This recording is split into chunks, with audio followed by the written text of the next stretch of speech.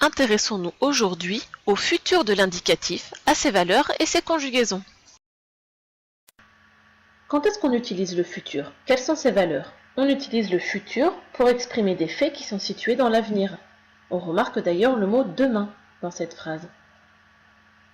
On peut l'utiliser aussi pour donner un ordre ou un conseil.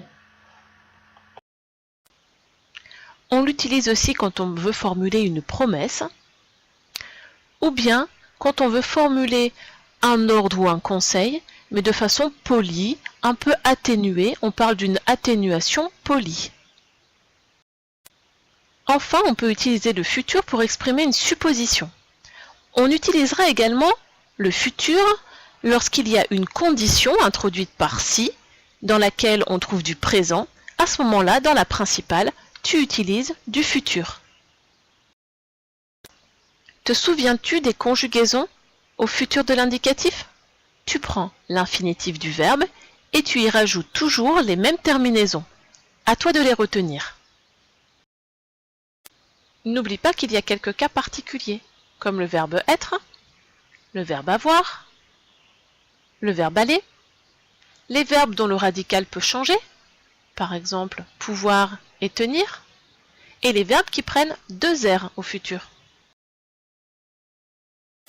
Justement, voici quelques exemples de verbes qui prennent deux R dans leur radical au futur. N'oublie pas également que pour les verbes en re, il te suffit juste de retirer le E et d'ajouter la terminaison. Enfin, une dernière particularité à retenir pour le verbe cueillir, qui prend un E au futur. Attention, certains verbes en ER ont aussi un futur irrégulier, comme le verbe envoyer.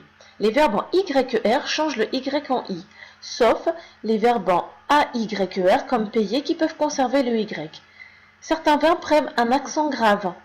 C'est le cas des verbes en ELE et ET, sauf le verbe appeler et jeter. Voilà, tu sais tout sur le futur de l'indicatif. Il ne te reste plus qu'à faire le travail demandé.